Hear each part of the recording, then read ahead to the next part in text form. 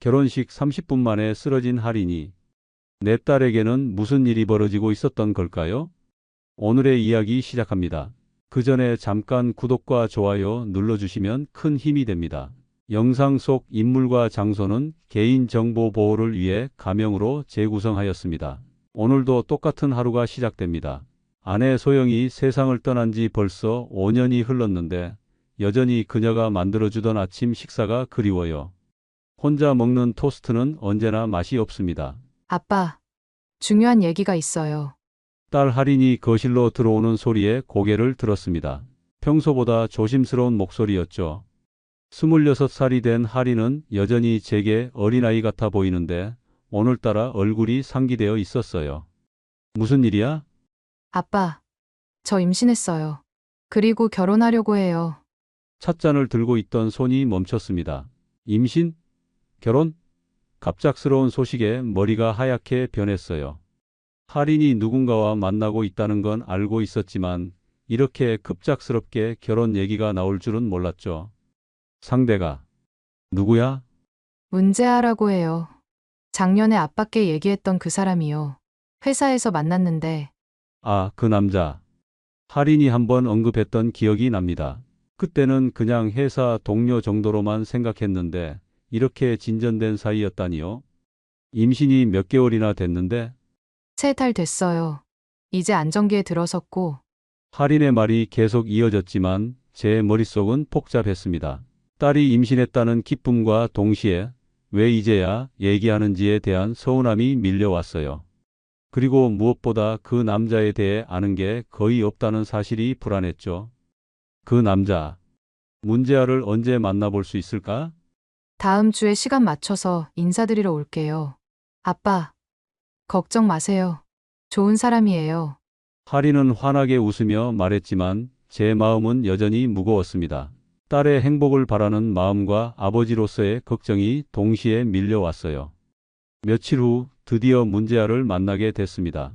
키가 크고 단정한 외모에 깔끔한 정장을 입고 나타난 그는 첫인상부터 완벽해 보였어요. 너무 완벽해서 오히려 어색할 정도였죠. 안녕하세요. 장인어른, 문제하입니다. 정중한 인사와 함께 깊숙이 허리를 숙이는 모습을 보며 제 마음 한편에서는 이상한 불쾌감이 스멀스멀 올라왔습니다.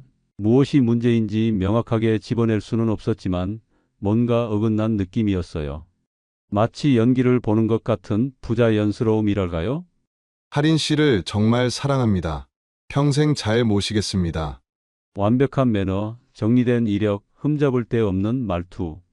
모든 것이 너무 완벽했습니다. 그리고 바로 그 완벽함 때문에 더욱 의심스러웠어요. 사람은 완벽할 수 없는 존재인데 문제아는 마치 완벽한 사위 역할을 연기하는 것 같았거든요. 문제아와의 첫 만남 이후 뭔가 석연치 않은 기분이 계속 따라다녔습니다. 할인은 행복해 보였지만 아버지로서의 직감이 자꾸만 경고음을 울려댔어요. 아빠, 상견례 날짜 잡았어요. 다음 주 일요일에 문제아 부모님이랑 만나기로 했어요. 할인의 밝은 목소리에 마음을 달래려 했지만 그 다음 날 전화가 왔습니다. 죄송합니다. 장인어른, 어머니가 갑자기 몸이 안 좋아져서 상견례를 연기해야 할 것 같습니다. 문제아의 사과는 정중했지만 뭔가 어색했어요. 두 번째 약속도 마찬가지였죠. 이번엔 아버지가 출장을 가신다는 이유였습니다. 세 번째 연기 사유는 더욱 황당했어요. 집안에 우환이 생겼다는 것이었죠. 할인아, 문제아 부모님이 연락이 안 되는 게 이상하지 않니? 아빠, 그냥 바쁘신 거예요. 재아 오빠가 말하는데 부모님이 원래 소심하셔서 상견례를 부담스러워 하신대요. 할인은 그렇게 말했지만 제 의심은 더욱 깊어졌습니다. 그리고 며칠 후 문제아가 갑자기 이상한 제안을 해왔어요. 장인어른, 혹시 보험 가입에 관심 있으세요? 할인 씨 임신도 했고, 이제 가족이 늘어나니까 보험을 좀 더 든든하게 해두는 게 좋을 것 같아서요. 보험? 네, 생명보험이요. 할인 씨 명의로 5억 원 정도 가입하면 어떨까요? 제가 수익자가 되고요. 순간 등골이 오싹했습니다. 아직 결혼도 하지 않았는데 벌써 보험 얘기를 하다니. 게다가 5억 원이라는 거액의 보험을 할인이 명의로 가입하자는 제안이 너무 이상했어요. 그런 건 결혼 후에 천천히 생각해 봐도 되지 않을까? 아, 네. 그냥 미리 준비하는 게 좋을 것 같아서요. 그리고 장인어른 혼인신고도 빨리 하는 게 좋겠어요. 아이 때문에라도요. 문제아의 말은 합리적으로 들렸지만 뭔가 급하게 서두르는 느낌이 들었습니다. 마치 시간에 쫓기는 것처럼 말이죠. 그날 밤 잠이 오지 않아 친구 도윤에게 전화를 걸었습니다. 도윤은 20년 넘게 경찰로 일하다가 최근에 퇴직한 제 절친이었어요. 도윤아, 부탁이 하나 있어. 뭔데? 우리 할인이 결혼하려는 남자가 있는데 좀 이상한 구석이 있어서 말이야. 신상을 좀 알아봐 줄 수 있을까? 그래? 뭐가 이상한데? 문제아의 행동들을 하나씩 설명하니 도윤도 심각한 목소리로 답했습니다. 진우야, 그거 좀 수상하네. 특히 보험 얘기는 정말 이상해. 내가 한번 알아볼게. 고마워. 그냥 제대로 된 사람인지만 확인하고 싶어서. 전화를 끊고 나니 조금 마음이 놓였습니다. 혹시 제가 너무 예민하게 반응하는 건 아닐까 하는 생각도 들었지만 아버지의 직감을 무시할 수는 없었어요. 며칠 후 문제아는 또다시 보험 얘기를 꺼냈습니다. 이번엔 할인과 함께 왔어요. 아빠, 재아 오빠 말이 맞는 것 같아요. 아이도 생겼으니까 보험 하나 정도는 들어두는 게 좋겠어요. 할인까지 설득당한 모습을 보니 더욱 불안해졌습니다. 결혼식 날짜도 다음 달로 잡혔고 모든 게 너무 빠르게 진행되고 있었어요. 마치 누군가가 시간을 재촉하는 것처럼 말이죠. 밤마다 잠 못 드는 날이 계속됐습니다. 문제아의 완벽한 미소가 자꾸만 떠올랐어요. 그 미소 뒤에 무엇이 숨어 있는지 알 수 없어서 더욱 두려웠죠. 결혼식 당일 아침, 할인은 그 어느 때보다 아름다워 보였습니다. 순백의 웨딩 드레스를 입고 화장을 마친 딸의 모습에 가슴이 뭉클했어요. 소영이 살아 있었다면 얼마나 기뻐했을까 하는 생각이 들었죠. 아빠, 어때요? 예쁘죠? 정말 예쁘다. 엄마가 봤으면 울면서 기뻐했을 거야. 할인의 눈가에 살짝 눈물이 맺혔습니다. 아마 어머니 생각이 났나 봐요. 저 역시 가슴 한편이 아려왔어요. 식장은 화려했습니다. 문제아가 준비한 것 치고는 너무 과한 것 같았지만 할인이 좋아하니까 상관없었어요. 하지만 여전히 문제아의 부모님은 보이지 않았습니다. 재아 오빠, 부모님은 언제 오세요? 아, 곧 오실 거예요. 교통이 좀 막혀서요. 문제아의 대답은 여전히 어색했습니다. 도윤의 조사 결과도 아직 나오지 않았고 불안한 마음을 달래며 식을 치르고 있었어요. 식이 시작되고 1시간 정도 지났을 때였습니다. 할인이 갑자기 얼굴이 하얗게 변하더니 휘청거리기 시작했어요. 할인아. 제가 달려가려는 순간 할인이 바닥에 쓰러졌습니다. 순백의 웨딩 드레스가 바닥에 퍼지고 할인의 얼굴은 점점 파래져 갔어요. 구급차, 구급차를 불러. 식장이 순식간에 아수라장이 됐습니다. 사람들이 우왕좌왕하는 가운데 문제아만 유독 침착했어요. 너무 침착해서 오히려 이상할 정도였죠. 할인아, 할인아. 딸을 부르며 구급차를 따라 병원으로 향했습니다. 응급실에서 의사들이 할인을 치료하는 모습을 보며 가슴이 터질 것 같았어요. 보호자분이세요? 네, 아버지입니다. 환자분이 청산가리 중독으로 보입니다. 이미 손을 쓸 수 없는 상태예요. 뭐라고요? 청산가리 중독? 그게 무슨 소리죠? 할인이 왜 청산가리에 중독된 거예요? 그리고 뱃속 아이도 함께 숨졌습니다. 정말 죄송합니다. 의사의 말에 온 세상이 무너지는 것 같았습니다. 할인도 손주도 모두 잃었다는 현실이 받아들여지지 않았어요. 아니야, 아니야. 무릎이 꺾이며 바닥에 주저앉았습니다. 5년 전 소영을 잃었을 때도 이렇게 절망적이지는 않았어요. 이번엔 딸과 손주를 동시에 잃었으니까요. 그런데 문제아의 반응이 이상했습니다. 슬퍼하는 기색은 전혀 없고 오히려 의사에게 차분하게 질문을 하고 있었어요. 혹시 사인을 정확히 확인할 수 있을까요? 보험 처리를 위해서요. 보험 처리? 네, 할인 씨가 생명보험에 가입되어 있어서요. 5억 원 정도 되는데 그 순간 모든 것이 명확해졌습니다. 보험 가입을 그렇게 재촉했던 이유, 결혼을 서두른 이유, 그리고 지금 이 침착한 반응까지. 모든 것이 계획된 것이었어요.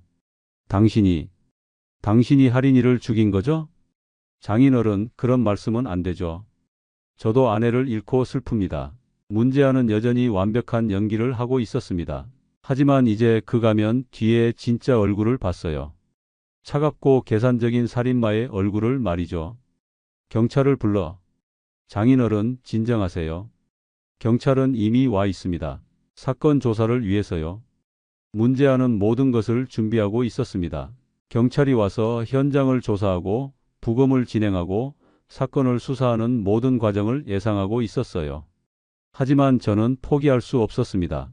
딸의 죽음이 헛되지 않도록 반드시 진실을 밝혀내야 했어요.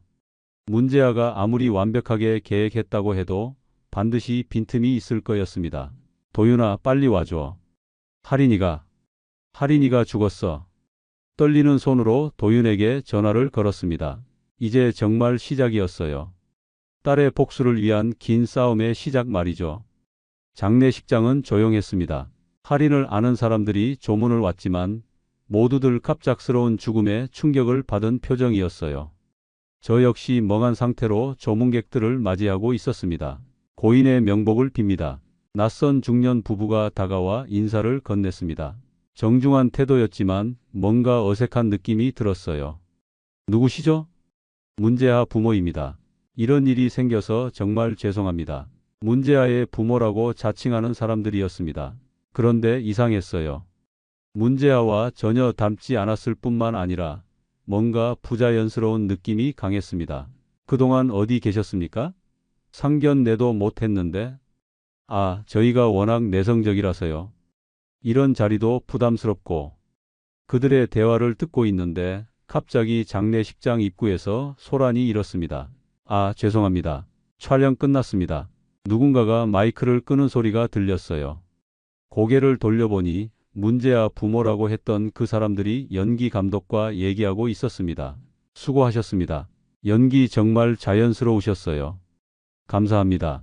그런데 정말 이런 일에 동원되어도 되는 건가요? 돈은 약속대로 드릴 테니 걱정 마세요. 모든 것이 명확해졌습니다. 문제아의 부모는 연기자였던 거예요. 상견례를 계속 연기한 이유도, 지금까지 모습을 보이지 않은 이유도 모두 설명이 됐습니다. 도윤아. 친구 도윤이 장례식장으로 급히 달려왔습니다. 얼굴이 굳어 있는 걸 보니 뭔가 중요한 발견을 한 것 같았어요. 진우야, 큰일이야. 문제아 신상조사 결과가 나왔는데. 뭔데? 문제아가 본명이 아니야. 진짜 이름은 김성호라고 해. 김성호? 처음 듣는 이름이었습니다. 그러면 지금까지 문제아는 가짜 이름을 쓰고 있었던 거예요. 그것만이 아니야. 이전에도 똑같은 방식으로 3명의 여자를 죽였어. 뭐라고? 노예린, 임세진, 배소은. 모두 임신 중이었고, 그리고 고액 보험에 가입되어 있었지. 도윤의 말에 온몸에 소름이 돋았습니다. 할인이 첫 번째 피해자가 아니었던 거예요. 이미 3명의 여성이 같은 방식으로 죽었다는 것이었습니다. 모두 청산가리 중독이었어. 결혼식 당일이나 결혼 직후에 말이야. 그 인간이 연쇄살인마였다는 거야? 그래. 그런데 더 무서운 건 매번 완벽하게 계획하고 실행한다는 거야. 증거를 남기지 않고 의심받지 않도록 완벽하게 연기하면서 말이야. 문제아, 아니 김성호의 진짜 모습이 드러나고 있었습니다. 완벽한 사위 역할을 했던 그 남자는 사실 차가운 계산으로 여성들을 죽이는 연쇄살인마였던 거예요. 그런데 진우야, 더 급한 문제가 있어. 뭔데? 김성호가 지금 새로운 타깃을 물색하고 있어. 내과 의사 정윤서라는 여자야. 또 다른 피해자가 생긴다는 거야? 그래. 그리고 그 여자도 임신 2달 차야. 패턴이 똑같아. 정윤서라는 이름을 들으니 가슴이 덜컥 내려앉았습니다. 또 다른 할인이 생긴다는 뜻이었거든요. 또 다른 아버지가 딸을 잃게 된다는 것이었습니다. 우리가 막아야 해. 더 이상 피해자가 나와서는 안 돼. 그런데 문제가 있어. 경찰은 아직 김성호를 의심하지 않고 있어. 모든 증거가 완벽하게 조작되어 있거든. 그럼 어떻게 해야 해? 우리가 직접 움직여야 해. 정윤서를 설득하고 김성호의 계획을 저지해야 해. 도윤의 말이 맞았습니다. 경찰이 움직이기를 기다릴 시간이 없었어요. 김성호는 이미 다음 계획을 실행에 옮기고 있을 테니까요. 좋아. 그럼 우리부터 시작하자. 할인의 영정 앞에서 다짐했습니다. 딸의 죽음을 헛되게 하지 않겠다고, 반드시 김성호를 막아내겠다고 말이에요. 그리고 정윤서라는 여성을 구해내겠다고 약속했습니다. 장례식장을 나서며 김성호를 바라봤습니다. 여전히 완벽한 연기를 하고 있었지만 이제 그 가면 뒤에 진짜 얼굴을 알고 있었어요. 그리고 그 얼굴을 세상에 드러내 보이겠다고 결심했습니다. 할인의 장례를 치른 지 일주일이 지났습니다. 김성호는 조용히 자취를 감췄지만 저와 도윤은 그의 행적을 추적하기 시작했어요. 정윤서를 구하기 위해서는 김성호의 범죄 패턴을 완전히 파악해야 했습니다. 진우야, 이전 피해자들 가족을 만나봤어. 도윤이 무거운 표정으로 찾아왔습니다. 손에는 두꺼운 파일을 들고 있었어요. 어떻던? 모두 너와 같은 심정이야. 딸을 잃고 진실을 알고 싶어해. 첫 번째 피해자 노예린의 아버지 노상철 씨를 만났을 때 그분의 눈에서 저와 같은 분노와 절망을 봤습니다. 2년 전 일이었지만 여전히 상처가 아물지 않은 모습이었어요. 김성호가 우리 예린이에게 접근한 방식도 똑같았어요. 완벽한 남자친구 역할을 하다가 임신하자마자 보험 가입을 재촉했죠. 혹시 이상한 점을 느끼지 못하셨어요? 물론 느꼈죠. 하지만 딸이 너무 행복해해서 제가 너무 예민한 건가 싶었어요. 노상철 씨의 후회가 묻어나는 목소리를 들으며 제 마음도 아팠습니다. 아버지로서 느끼는 자책감이 똑같았거든요. 두 번째 피해자 임세진의 어머니 박순자 씨는 더욱 분노에 차 있었습니다. 그 악마 같은 놈이 우리 세진이를 어떻게 죽였는지 알아요? 결혼식 피로연에서 건배주에 독을 탔어요. 모든 사람이 보는 앞에서 말이에요. 그런데 어떻게 의심받지 않았죠? 완벽하게 계획했으니까요. 신랑도 같은 술을 마신 척했지만 실제로는 다른 잔이었어요. 나중에 안 사실이지만요. 세 번째 피해자 배소은의 남동생 배민호 씨는 김성호의 또 다른 수법을 알려줬습니다. 누나는 허니문에서 죽었어요. 해외여행 중에 음식 중독으로 위장했죠. 하지만 부검 결과 청산가리가 검출됐어요. 그럼 김성호가 체포되지 않았나요? 증거가 부족했어요. 김성호는 같은 음식을 먹었다고 주장했고 현지 경찰도 사고로 결론지었거든요. 피해자 가족들과 만나면서 김성호의 치밀한 범행 수법이 드러났습니다. 매번 다른 방식을 사용하지만 핵심은 같았어요. 임신한 여성을 타깃으로 하고 고액보험에 가입시킨 후 완벽한 알리바이를 만들어 살해하는 것이었습니다. 우리끼리라도 연대해야 해. 김성호를 반드시 잡아야 해. 모든 피해자 가족들이 뜻을 모았습니다. 경찰이 놓친 증거들을 우리가 직접 찾아내기로 했어요. 며칠 후 도윤이 중요한 정보를 가져왔습니다. 진우야, 정윤서를 찾았어. 강남의 한 내과에서 일하고 있어. 김성호는 벌써 접근했어. 일주일 전부터 그 병원 근처에서 목격되고 있어. 시간이 없었습니다. 김성호는 이미 새로운 계획을 실행에 옮기고 있었어요. 정윤서를 만나서 진실을 알려줘야 했습니다. 정윤서의 병원 앞에서 하루 종일 기다렸습니다. 오후 6시쯤 흰 가운을 입은 여성이 나왔어요. 할인과 비슷한 나이로 보이는 단정한 외모의 여성이었습니다. 정윤서 선생님이시죠? 네. 누구세요? 급히 드릴 말씀이 있어서요. 문제아에 관한 얘기입니다. 정윤서의 얼굴이 밝아졌습니다. 김성호를 사랑하고 있다는 게 분명했어요. 재아 오빠를 아세요? 어떻게? 선생님, 위험해요. 문제아는 연쇄살인마예요. 뭐라고요? 정윤서는 제 말을 믿지 않았습니다. 사랑에 빠진 여성에게 상대방이 살인마라고 말하는 게 얼마나 어려운 일인지 실감했어요. 제 딸도 문제아 때문에 죽었어요. 결혼식 당일에 독살당했습니다. 그럴 리 없어요. 재아 오빠는 그런 사람이 아니에요. 하지만 저는 포기할 수 없었습니다. 정윤서를 설득하기 위해 모든 증거를 보여줬어요. 이전 피해자들의 사진, 부검 결과, 김성호의 진짜 신분까지 모든 것을 털어놨습니다. 이건 진짜예요? 정윤서의 얼굴이 점점 창백해졌습니다. 진실을 받아들이기 시작한 것 같았어요. 선생님도 임신하셨죠? 그리고 보험 가입 얘기 나오지 않았나요? 어떻게 아세요? 정윤서의 목소리가 떨렸습니다. 모든 것이 패턴대로 진행되고 있었던 거예요. 정윤서는 처음에는 제 말을 믿지 않으려 했지만 증거를 하나씩 보여주자 점점 얼굴이 굳어졌습니다.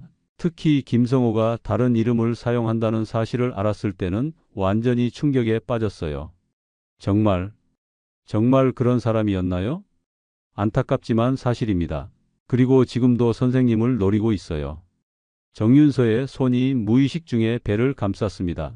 임신 2달 차라는 소중한 생명을 지키려는 모성 본능이었죠. 그럼 제가 어떻게 해야 하죠? 우선 김성호와의 만남을 피하세요. 그리고 경찰과 함께 계획을 세워야 해요.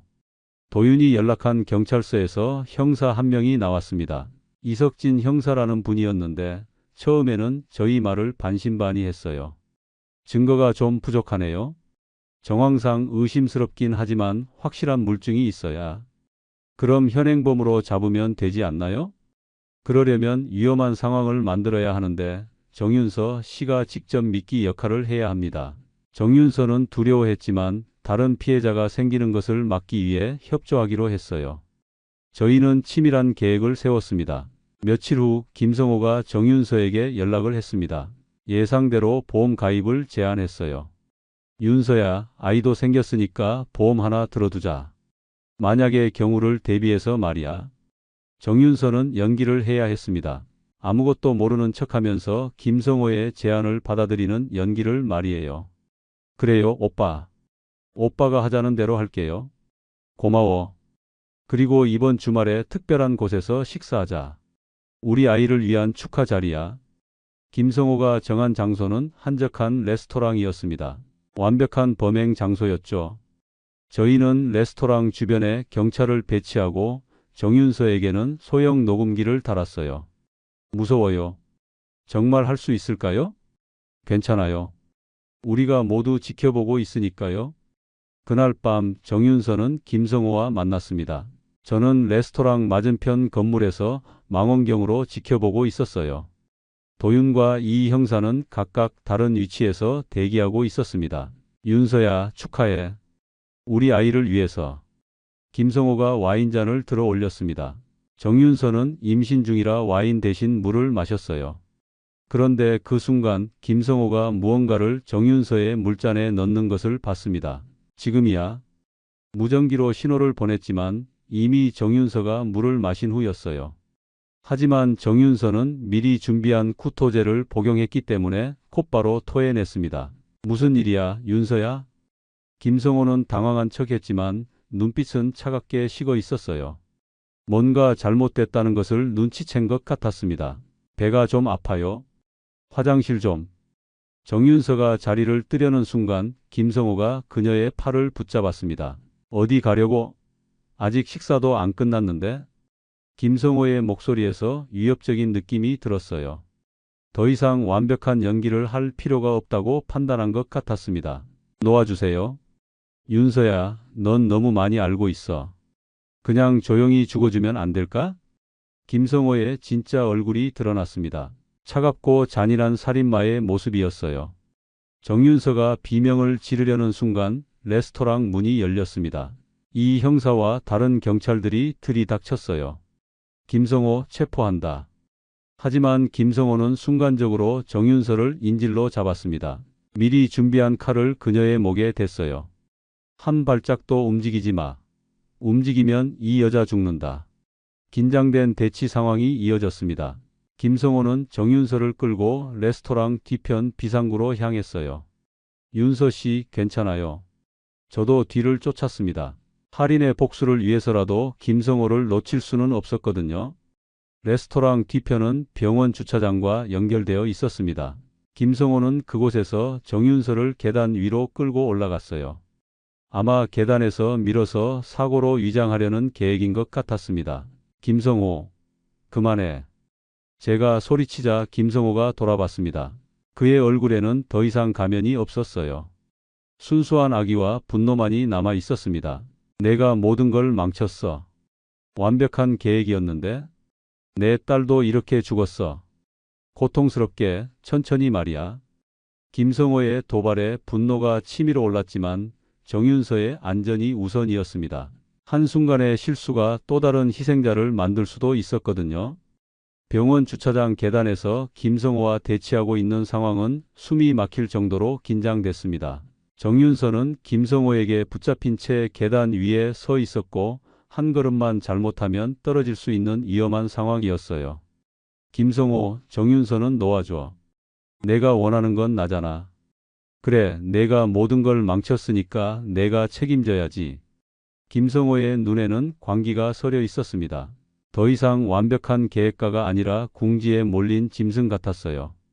그때 도윤이 조용히 뒤편으로 접근하고 있는 것이 보였습니다. 저는 김성호의 주의를 끌기 위해 계속 말을 걸었어요. 내가 죽인 사람이 할인만이 아니라는 거 다 알고 있어. 노예린, 임세진, 배소은까지. 모두 내 손에 죽었지. 그래서 그 여자들은 모두 쓸모없는 존재들이었어. 돈만 있으면 되는 거 아냐? 김성호는 여전히 냉소적이었습니다. 인간의 생명을 돈으로만 계산하는 괴물이었어요. 쓸모없다고? 그들도 모두 소중한 사람들이었어. 가족이 있었고 꿈이 있었어. 꿈? 임신한 여자들이 무슨 꿈이 있겠어. 그냥 애나 낳고 살다가 죽는 게 전부지. 김성호의 말에 분노가 치밀었지만 참아야 했습니다. 도윤이 위치를 잡을 때까지 시간을 벌어야 했거든요. 그럼 보험금은 뭐에 썼어? 그렇게 많은 돈을? 다음 사냥감을 찾는 데 썼지. 완벽한 신분을 만들고 완벽한 계획을 세우는데 돈이 많이 들거든. 김성호는 자신의 범죄를 자랑스럽게 얘기했습니다. 마치 예술 작품을 설명하는 것처럼 말이에요. 그 순간 도윤이 김성호의 뒤편에서 신호를 보냈습니다. 준비가 됐다는 신호였어요. 김성호, 마지막으로 묻겠어. 후회하지 않아? 후회? 내가 뭘 후회해? 완벽한 범죄였는데 내가 나타나서 망친 거잖아. 그럼 이제 끝이야. 제가 신호를 보내자 도윤이 김성호에게 달려들었습니다. 동시에 이 형사와 다른 경찰들도 계단 아래에서 올라왔어요. 김성호가 당황하며 정윤서를 밀치려 했지만 도윤이 재빠르게 정윤서를 끌어당겼습니다. 김성호는 균형을 잃고 계단에서 굴러떨어졌어요. 김성호, 연쇄살인 혐의로 긴급 체포한다. 이 형사가 수갑을 채우며 미란다 원칙을 고지했습니다. 김성호는 계단에서 떨어져 다리를 다쳤지만 여전히 저항하려 했어요.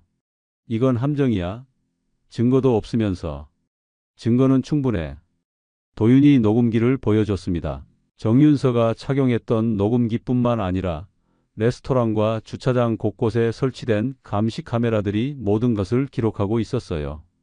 내가 정윤서에게 독을 탄 것, 인질로 잡은 것, 그리고 이전 범죄들을 자백한 것까지 모두 녹음됐어. 김성호의 얼굴이 창백해졌습니다. 자신이 완벽하다고 생각했던 계획이 모두 무너진 것을 깨달은 거죠.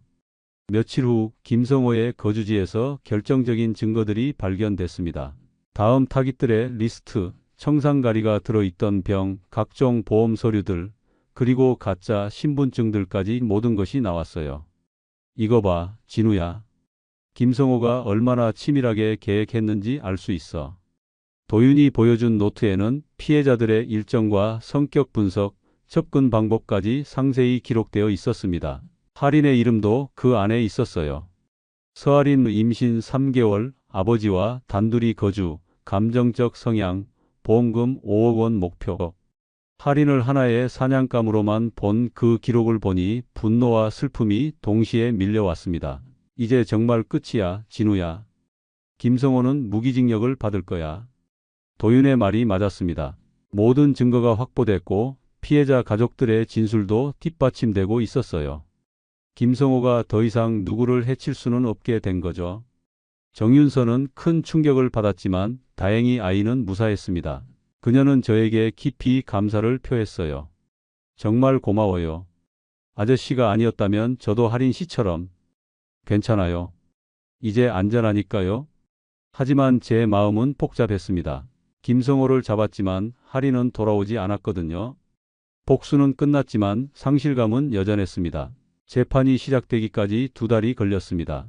그동안 김성호는 구치소에서 모든 혐의를 부인했지만 증거들이 워낙 확실해서 변명의 여지가 없었어요. 검찰은 사형을 구형했지만 우리나라 정서상 무기징역이 선고될 가능성이 높았습니다. 법정에 선 김성호는 이전의 완벽한 모습과는 완전히 달랐어요. 수척해진 얼굴에 무너진 정신력이 그대로 드러나 있었습니다. 더 이상 연기할 필요가 없어서인지 진짜 모습이 나타났죠. 피고인 김성호는 계획적이고 지속적으로 임신한 여성들을 타깃으로 하여 보험금을 목적으로 살인을 저질렀습니다. 검사의 공소사실 낭독이 이어졌습니다. 노예린, 임세진, 배소원, 그리고 할인까지 4명의 피해자와 태아들의 이름이 하나씩 호명될 때마다 가슴이 먹먹해졌어요.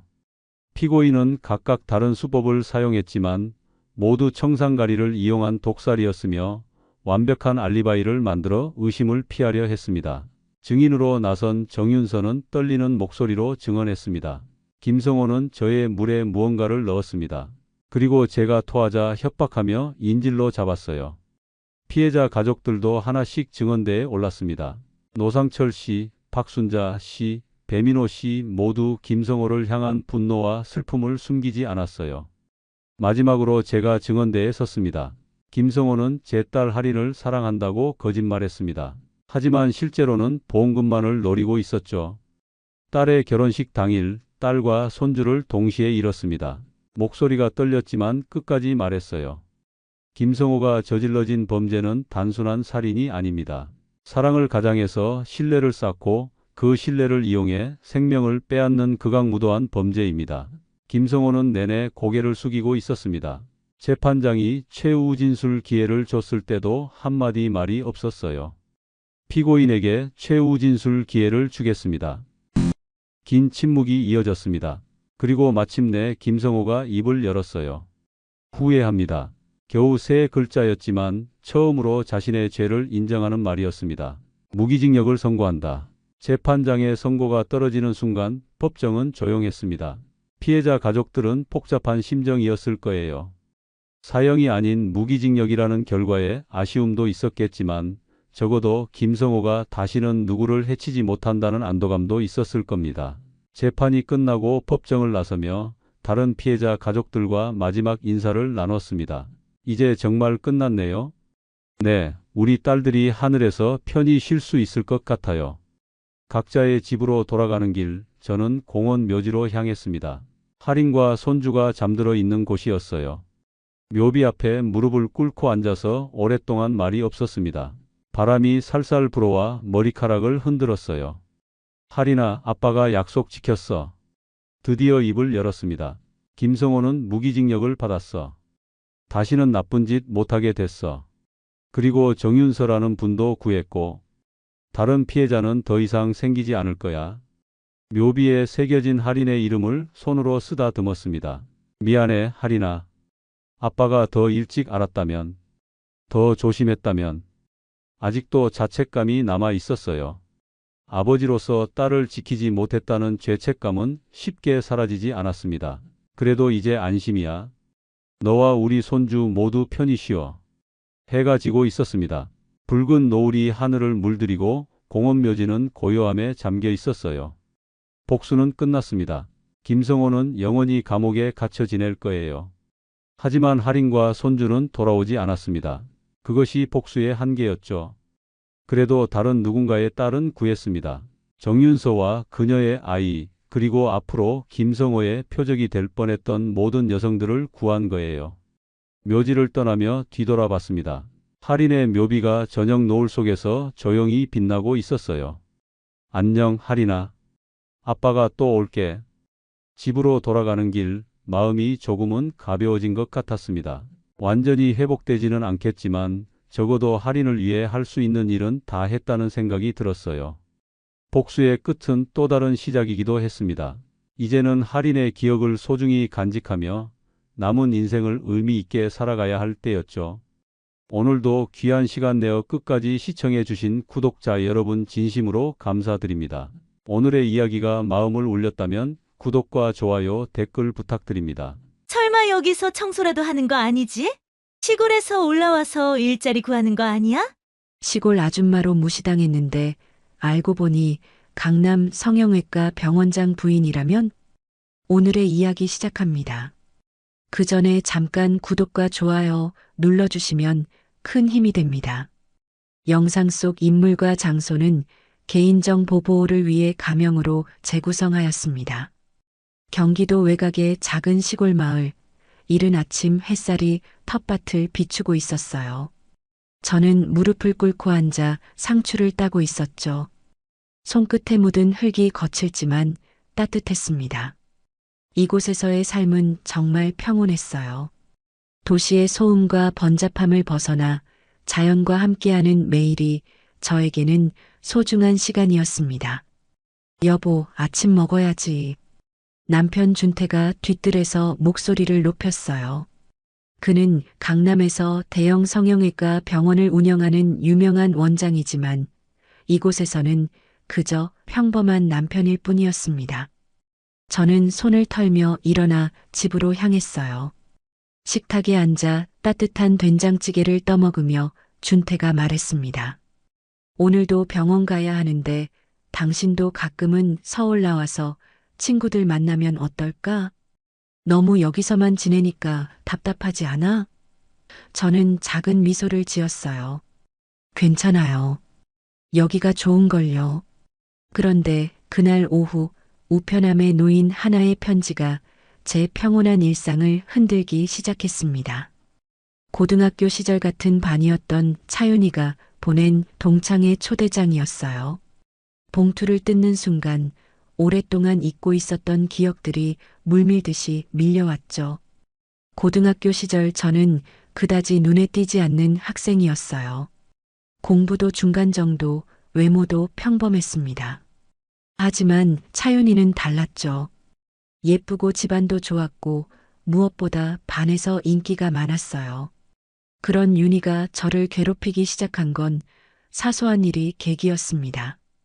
수학 시간에 선생님이 문제를 내셨는데 윤희가 틀리고 제가 맞췄던 거예요. 그때부터 윤희와 그의 무리들은 저를 따돌리기 시작했습니다. 편지를 다시 읽어보니 오랜만에 모든 동창들을 만나고 싶어서 준비했어요. 꼭 참석해주세요. 라고 적혀 있었어요. 왜 갑자기 이런 편지를 보냈을까 싶었지만 동시에 궁금한 마음도 들었습니다. 저녁 식사 후 준태에게 편지를 보여주며 말했어요. 동창의 초대장이 왔는데 어떻게 생각해? 준태는 편지를 읽어보더니 말했습니다. 가보는 게 어때? 옛날 친구들도 만나고 당신이 너무 여기서만 지내는 것 같아서 걱정이었거든. 그날 밤 잠자리에 누워서도 계속 생각했어요. 과연 가는 게 맞을까? 그들이 변했을까? 아니면 여전히 예전 그대로일까? 마음속 한구석에서는 두려움이 일었지만 다른 한편으로는 이제는 다른 사람이 된 제 모습을 보여주고 싶은 마음도 있었습니다. 결국 저는 참석하기로 결심했어요. 동창회 당일 저는 오랜만에 정성스럽게 옷을 골라 입었어요.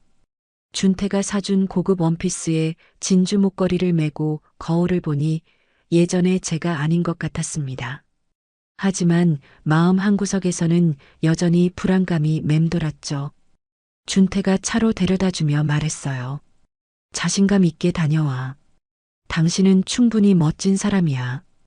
강남의 한 고급 호텔 연회장에 도착하니 이미 많은 동창들이 모여 있었습니다. 30년이 넘는 세월이 흘렀지만 몇몇 얼굴들은 여전히 알아볼 수 있었어요. 그런데 예전처럼 어색하고 위축되는 기분이 들었습니다. 어머, 강은정 아니야? 익숙한 목소리가 들려왔어요. 돌아보니 차윤이가 서 있었습니다. 여전히 아름다웠지만 세월의 흔적이 느껴졌죠.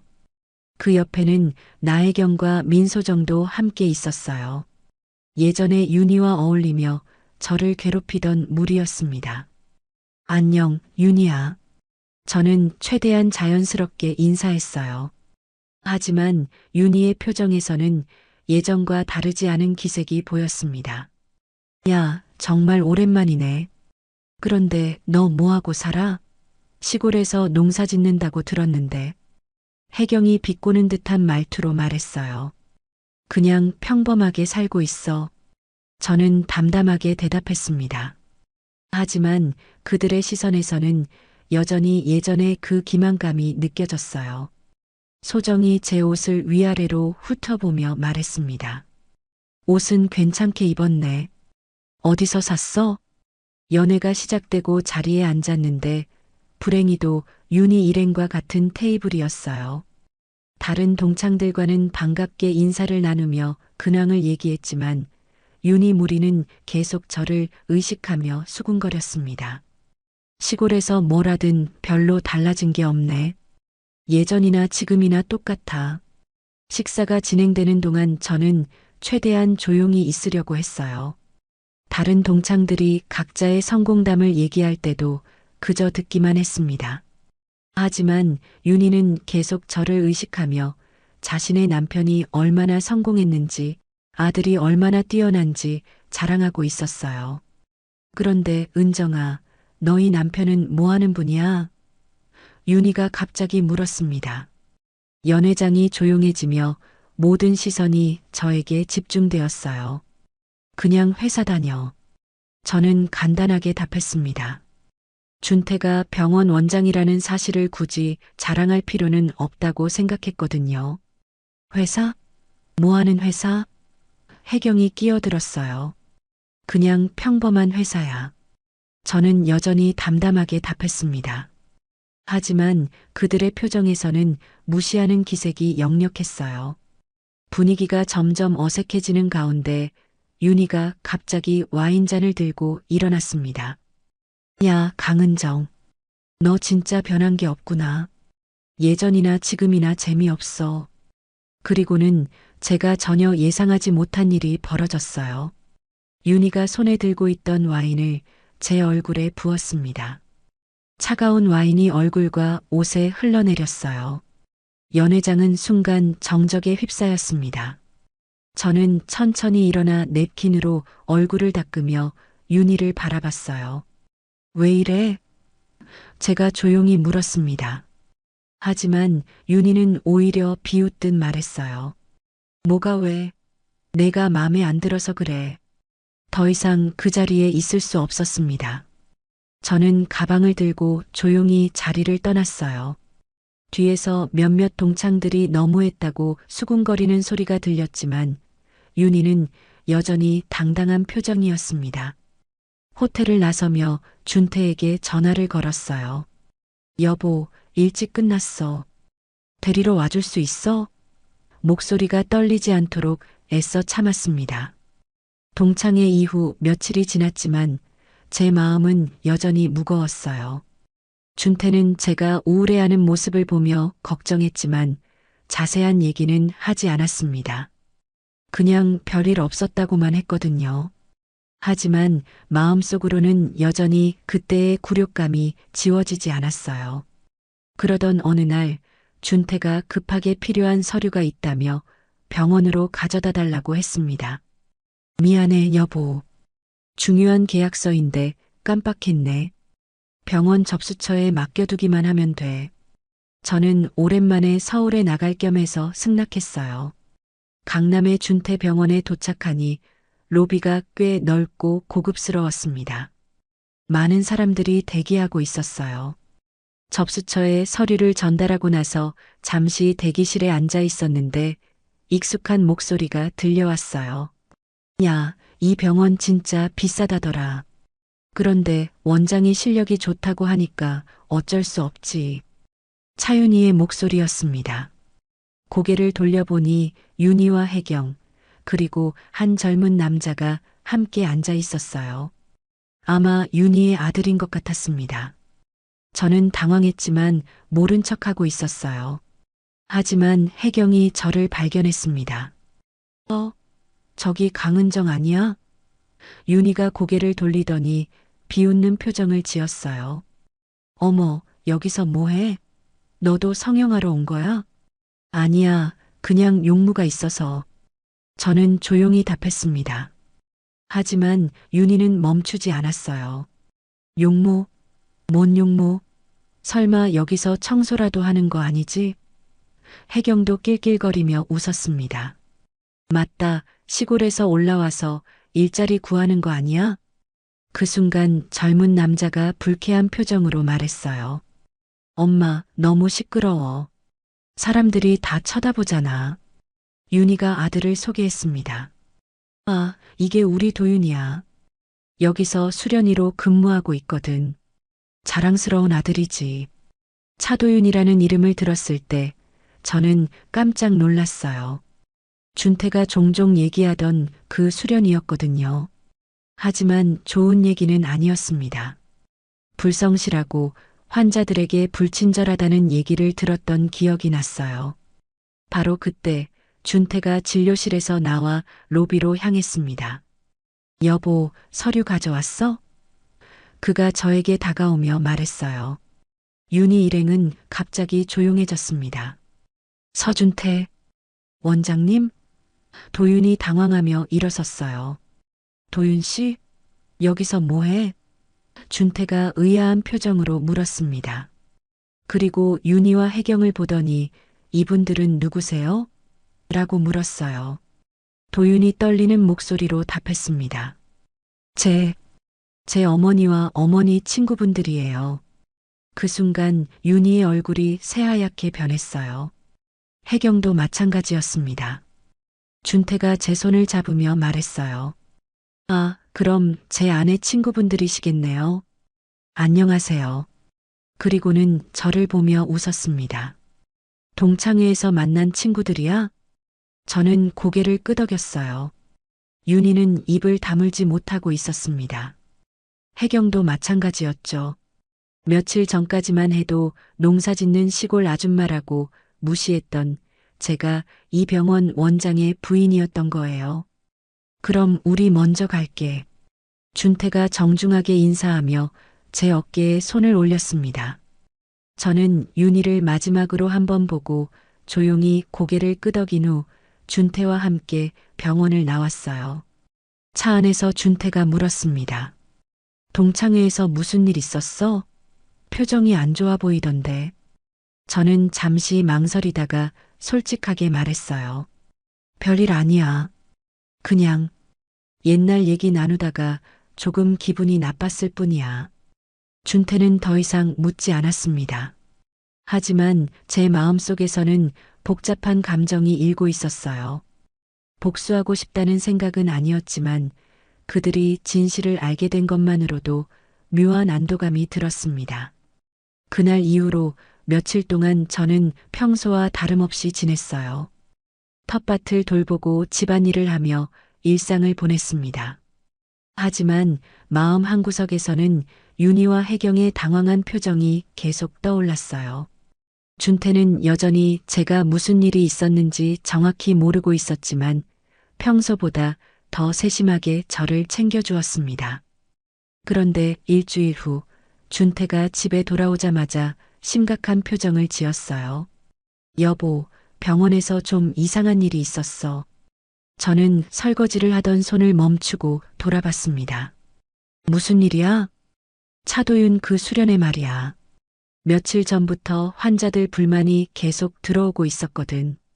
그런데 오늘은 정말 심각한 일이 벌어졌어. 준태가 한숨을 쉬며 말했습니다. 환자한테 막말을 했다는 거야. 그것도 나이 드신 분한테. 저는 가슴이 철렁했어요. 혹시 제가 병원에서 윤희 일행과 마주친 일과 관련이 있을까 하는 생각이 들었거든요. 어떤 일이었는데? 70대 할머니가 상담을 받으러 왔는데 도윤이가 이 나이에 뭘 고치려고 하느냐, 돈 낭비다라고 했다는 거야. 그리고 간호사들한테도 짜증을 내고 소리를 지르고. 준태의 목소리에서 분노가 느껴졌어요. 의사로서 절대 해서는 안 될 행동이지. 며칠 후 준태가 더 심각한 표정으로 돌아왔습니다. 도윤이 문제가 생각보다 심각해. 병원 직원들이 계속 불만을 제기하고 있어. 간호사들한테는 반말하고 환자들한테는 불친절하고 심지어 수술 일정도 제대로 안 지키고 있다는 거야. 저는 조용히 들었어요. 마음 한편으로는 안타까웠지만 다른 한편으로는 이런 일이 일어날 것 같다는 예감이 있었습니다. 동창회에서 보여준 윤희의 모습이나 병원에서 만났을 때의 도윤의 태도에서 이미 느낄 수 있었거든요. 그래서 어떻게 할 거야? 제가 물었습니다. 준태가 고개를 흔들며 말했어요. 윤리위원회에서 조사하기로 했어. 이대로는 안 되거든. 환자들의 신뢰를 잃으면 병원 전체가 문제가 될 수 있어. 윤리위원회 조사는 생각보다 빨리 진행되었어요. 환자들의 증언과 병원 직원들의 진술이 모두 일치했습니다. 도윤의 불성실한 태도와 갑질 행태는 명백한 사실이었거든요. 그리고 며칠 후 결과가 나왔습니다. 정직 처분이었어요. 준태가 집에 와서 말했어요. 도윤이 한 달 정직 처분받았어. 사실 더 심한 처벌을 내릴 수도 있었는데 수련이라는 점을 고려해서 관대하게 처리한 거야. 그날 오후 윤희가 병원으로 찾아왔다는 소식을 들었어요. 준태에게 전화로 사정을 호소했다고 했습니다. 아들이 처음 실수한 거니까 봐달라고 하더라고. 눈물까지 흘리면서. 하지만 준태는 단호했어요. 규정은 규정이야. 환자의 안전과 신뢰가 가장 중요하거든. 저는 복잡한 심경이었어요. 윤희가 제게 했던 일들을 생각하면 당연한 결과라고 생각했지만 동시에 한 어머니의 마음도 이해할 수 있었습니다. 하지만 잘못된 행동에는 대가가 따르는 법이죠. 며칠 후 준태가 또 다른 소식을 전했어요. 도윤이 어머니가 계속 병원에 찾아와서 사정하고 있어. 다른 의사들한테까지 부탁하고 있다고 하더라고. 하지만 이미 내려진 결정을 번복할 수는 없었습니다. 그때 저는 생각했어요. 사람이 살아가면서 자신의 행동에 대한 책임을 져야 한다는 것을. 윤희가 동창회에서 제게 했던 일도 도윤이 병원에서 보여준 태도도 모두 그들이 선택한 행동이었습니다. 그리고 그 결과 또한 그들이 감당해야 할 몫이었죠. 저는 여전히 조용히 지켜보고 있었어요. 복수하고 싶은 마음은 없었지만 진실은 언젠가 드러나게 마련이라는 것을 새삼 느꼈습니다. 한 달이 지난 어느 오후 저는 평소처럼 텃밭에서 호박을 따고 있었어요. 가을 햇살이 따뜻하게 내리쬐는 조용한 오후였습니다. 그런데 집 앞쪽에서 차 소리가 들렸어요. 이 시골 마을에 찾아오는 사람이 많지 않아서 고개를 들어봤는데 검은색 승용차 한 대가 우리 집 앞에 멈춰 섰습니다. 차에서 내린 사람들을 보고 저는 깜짝 놀랐어요. 차윤이, 나혜경, 그리고 차도윤이었습니다. 그런데 동창회 때나 병원에서 봤을 때와는 전혀 다른 모습이었어요. 정중한 차림에 조심스러운 표정이었습니다. 저는 손을 털고 일어나 그들을 바라봤어요. 윤희가 먼저 입을 열었습니다. 은정아, 갑자기 찾아와서 미안해. 잠깐 시간 좀 내줄 수 있을까? 목소리가 예전과 달리 떨리고 있었어요. 들어와. 저는 담담하게 말했습니다. 그들을 거실로 안내하고 물을 내왔어요. 윤희는 소파 끝에 조심스럽게 앉더니 한동안 말을 잇지 못했습니다. 혜경도 평소의 당당한 모습은 온데간데 없었어요. 뭔 일로 왔어? 제가 먼저 물었습니다. 그러자 윤희가 갑자기 고개를 숙이며 말했어요. 은정아, 정말 미안해. 진심으로 사과하려고 왔어. 그 순간 윤희의 눈에서 눈물이 흘러내렸습니다. 동창회에서 한 일도 그동안 너한테 했던 모든 일들도 다 잘못이었어. 정말 돌이킬 수 없는 일을 했다는 걸 이제야 깨달았어. 윤희의 목소리가 점점 작아졌어요. 혜경도 함께 고개를 숙였습니다. 도윤이 일어서서 깊게 인사했어요. 이모, 죄송합니다. 제가 병원에서 보여드린 태도도 정말 죄송하고 어머니가 이모님께 했던 일들에 대해서도 아들로서 사과드립니다. 그의 목소리에는 진심이 담겨 있었어요. 저는 그들을 조용히 바라봤습니다. 마음 한편으로는 이런 날이 올 것이라고 예상하고 있었어요. 하지만 막상 그들이 이렇게 찾아와서 사과하니까 복잡한 감정이 들었습니다. 왜 갑자기? 제가 물었어요. 윤희가 눈물을 닦으며 답했습니다. 도윤이가 정직당하고 나서야 정신이 들었어. 내가 그동안 얼마나 잘못 살아왔는지, 너한테 얼마나 못된 짓을 했는지 깨달았거든. 혜경도 떨리는 목소리로 말했어요. 은정아, 우리가 고등학교 때부터 너무 못됐어. 그때는 어려서 그랬다고 생각했는데 지금 생각해보니 변명의 여지가 없어. 정말 미안해. 도윤이 다시 입을 열었습니다. 저도 그동안 제가 얼마나 교만했는지 깨달았어요. 환자분들께도 병원 직원들께도 정말 죄송하고 원장님께도 면목이 없습니다. 그리고는 저를 보며 말했어요. 특히 이모님께는 정말 죄송해요. 제가 어머니로부터 이모님에 대한 얘기를 듣고도 제대로 된 인사도 못 드렸고, 윤희가 가방에서 편지 봉투를 꺼냈어요. 이건 내가 써온 편지야. 말로는 다 표현할 수 없을 것 같아서 편지를 제게 건네며 다시 눈물을 흘렸습니다. 정말 용서해 줄 수 있을까? 나도 알아, 용서받을 자격이 없다는 거. 하지만 정말 진심으로 뉘우치고 있어. 저는 편지를 받으며 그들을 바라봤어요.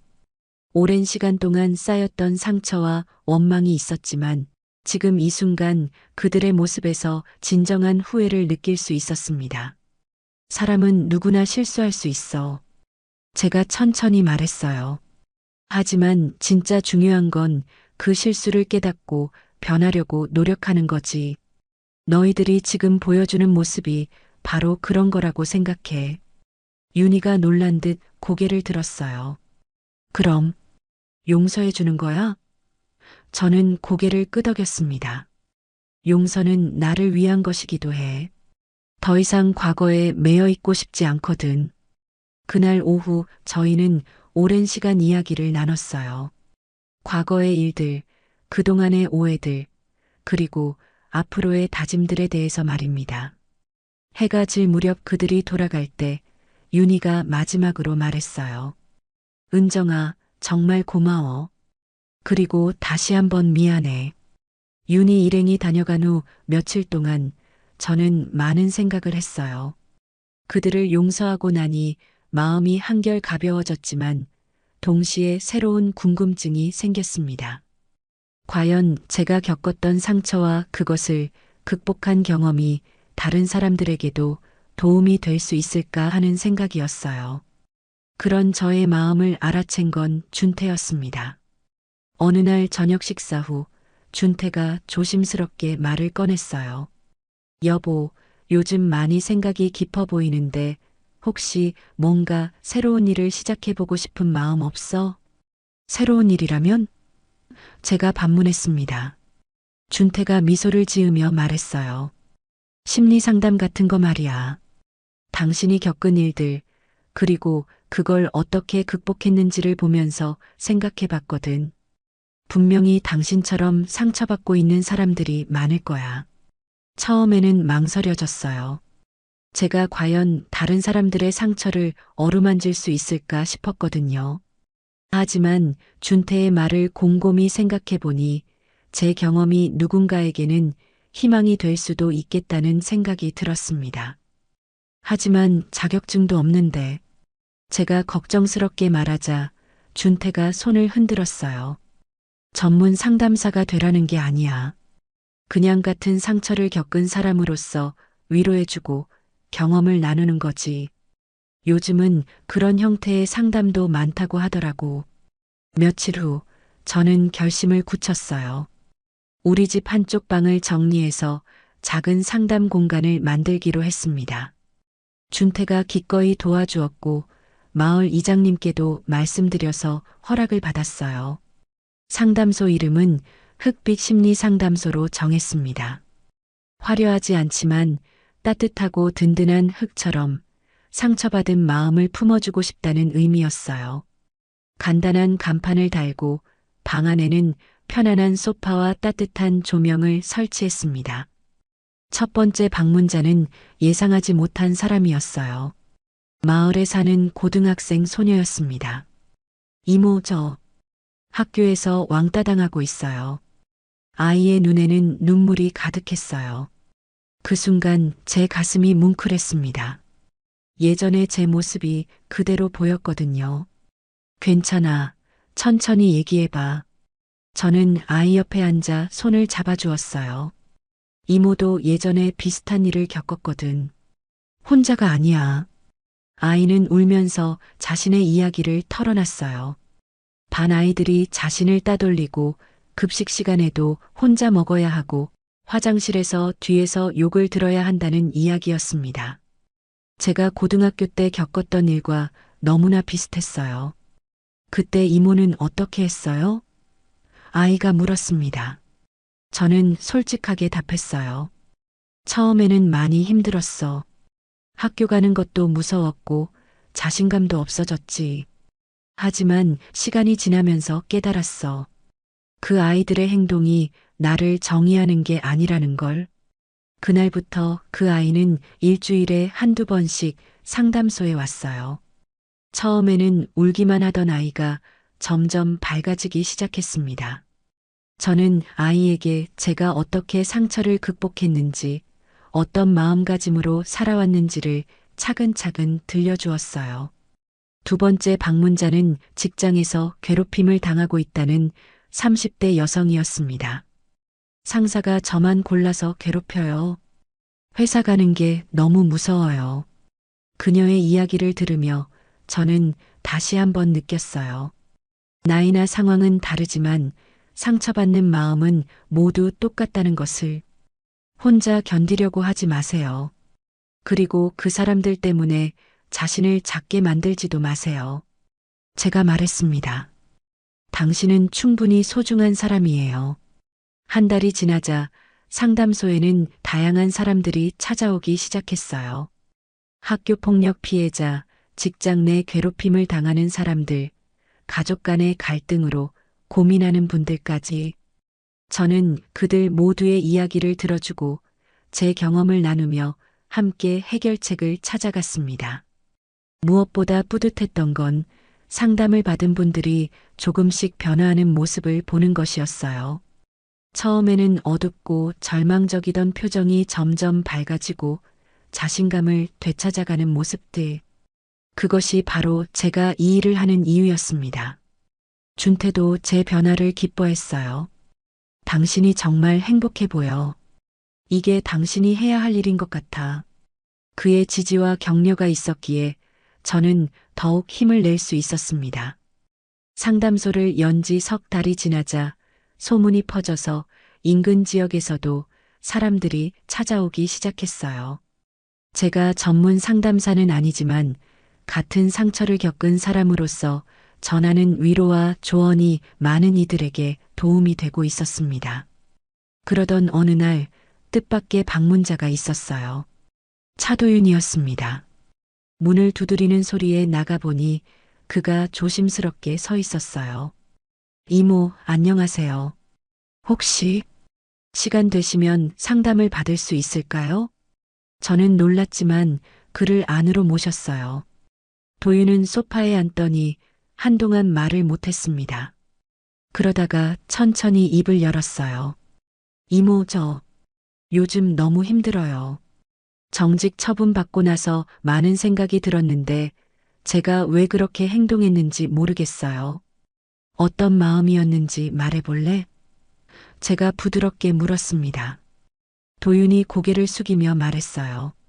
사실 저는 어릴 때부터 어머니한테 인정받고 싶었어요.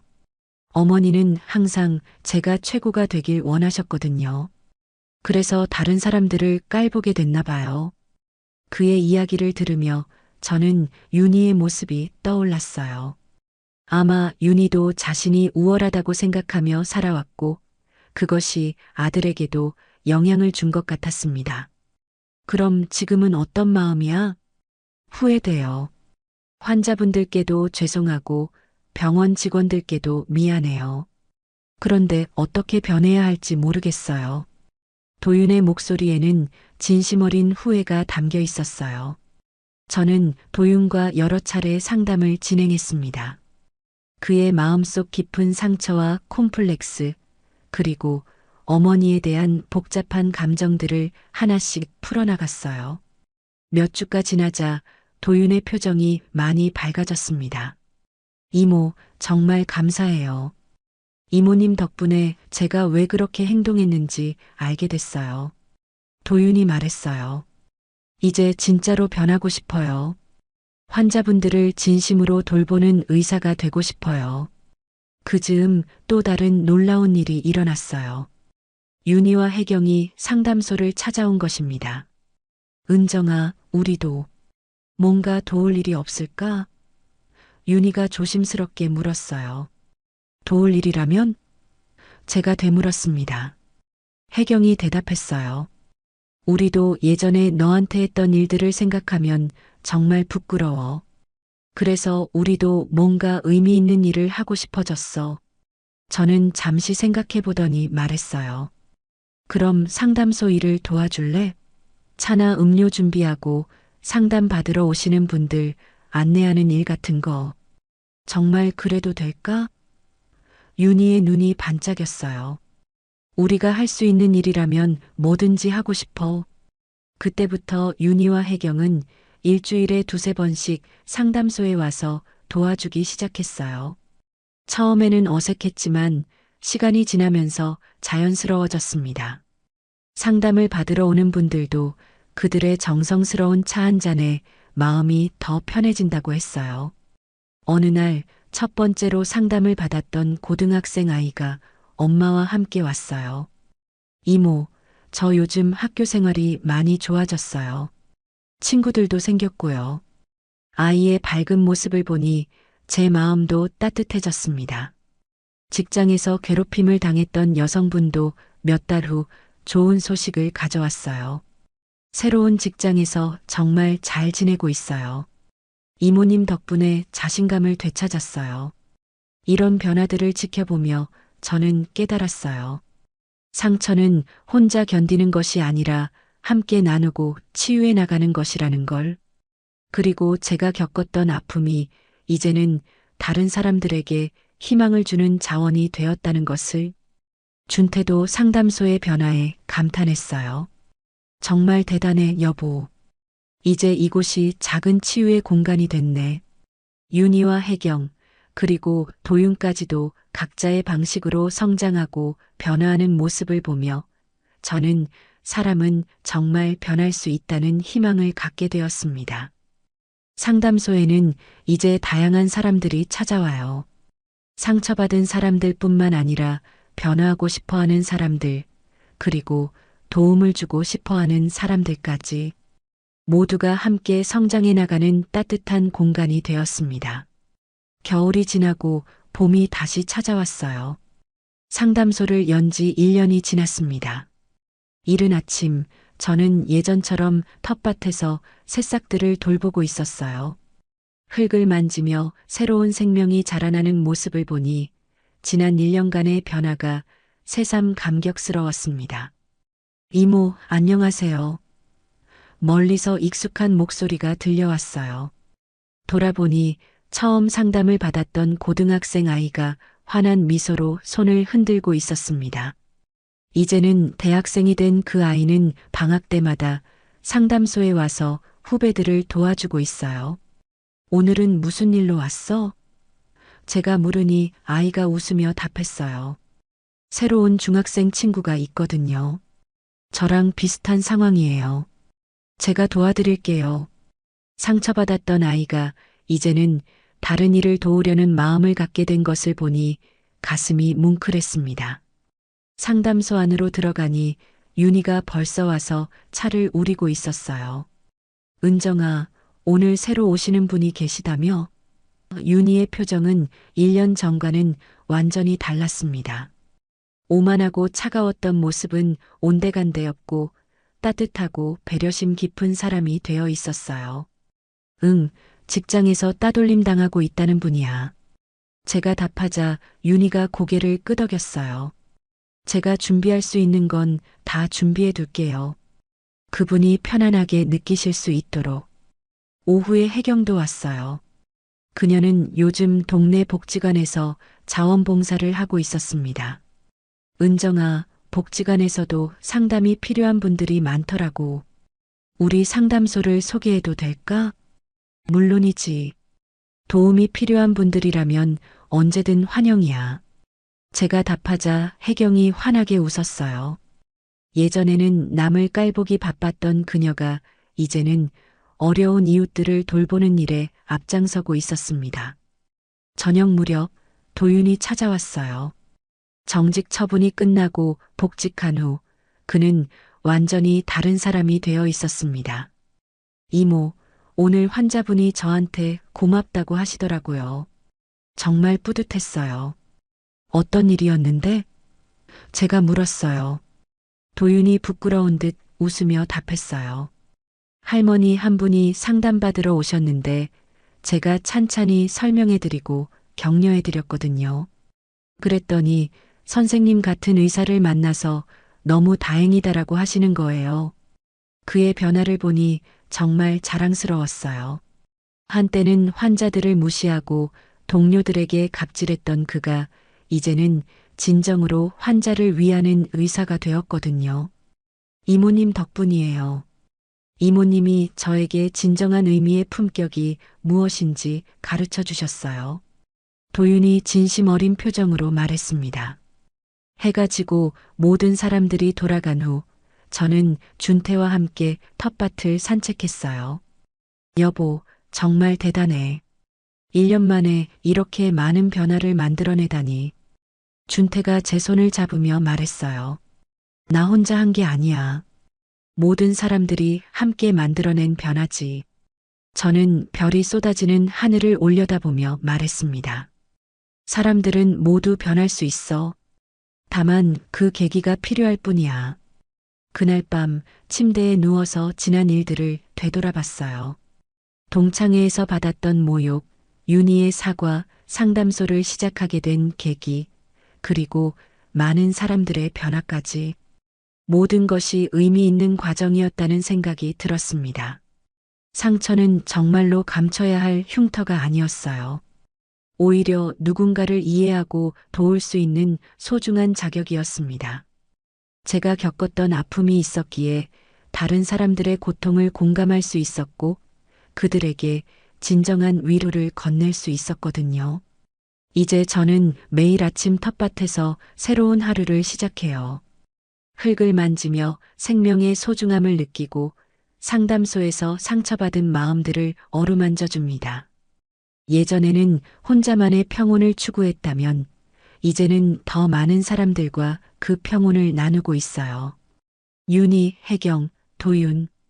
그들도 각자의 자리에서 새로운 삶을 살아가고 있습니다. 과거의 실수를 발판 삼아 더 나은 사람이 되려고 노력하고 있어요. 그 모습을 보며 저는 확신했습니다. 진정한 품격은 완벽함에서 나오는 것이 아니라 실수를 인정하고 끊임없이 성장하려는 마음에서 나온다는 것을. 오늘도 누군가의 아픔에 귀를 기울이며 진심을 다할 것입니다. 상처를 딛고 일어선 사람으로서 또 다른 상처받은 이들에게 희망의 손을 내밀어주면서 말이에요. 오늘도 귀한 시간 내어 끝까지 시청해주신 구독자 여러분 진심으로 감사드립니다. 오늘의 이야기가 마음을 울렸다면 구독과 좋아요, 댓글 부탁드립니다.